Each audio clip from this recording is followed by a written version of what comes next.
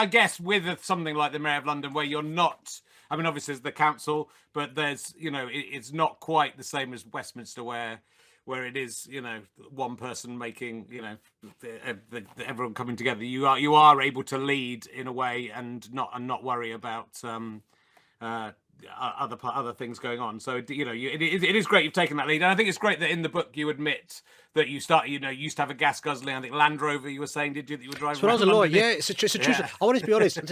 Listen. I will never claim to be the perfect green activist, right? I'll still fly if I'm going on holiday far away or whatever, and so forth, right? I still will sometimes have meat and so forth. But so I've got to be honest with you about my journey. And my journey is when I was a lawyer, so in the 1990s, I became a partner when I was 26, and our office was in this great place in central London, Museum Street. And you know what? I negotiated not a decent salary, but a car park space, even though there's great public transport, right? That was my mentality. When we had our first daughter, I bought a Land Rover Discovery. I was a lawyer at the time still, a Land Rover Discovery, even though I could probably count on one hand the number of times I left London, never of it off-roading, by the way.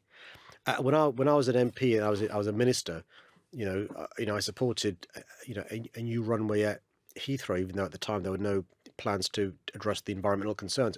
So I'm just being honest about my journey, and I've also got to be honest, which is, there's a bit of self-interest in this, because basically, training to run the London Marathon, running the London Marathon, breathing in the air around our city because of the training and so forth, I was diagnosed with adult onset asthma. And so I've got skin in the game as an asthmatic, but all of us have skin in the game because, across the planet, 99% of the world's planet, all of our country, are breathing in air that's toxic. And across the planet, 9 million people are dying because of air pollution. And by the way, if we want to avoid heat waves on a regular basis, north of 41 degrees, excess deaths taking place, if we want to avoid more flash flooding, if we want to avoid a situation where you've got global displacement of people because of climate change and the seas rising, we've got to take action.